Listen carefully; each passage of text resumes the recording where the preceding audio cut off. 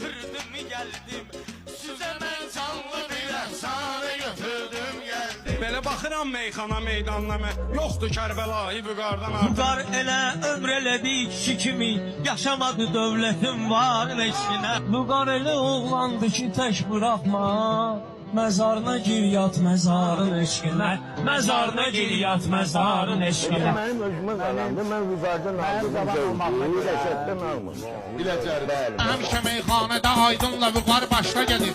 Oğullar dedi meyxana yaddaşda gedir. Kimdir Ərzun şahı olubdur, sözsüz Kərbəlayı Vüqar deyirsən. Ki tanırsa Vüqarın sənətini, Qramoyonun loxmatı var deyirsən. Götürələ rəhmətlik Vüqar qardaşını itirə bilərsiniz əzizimizin eski. Heyf ürəyim yanır, ay yaşat deyə bilmirəm.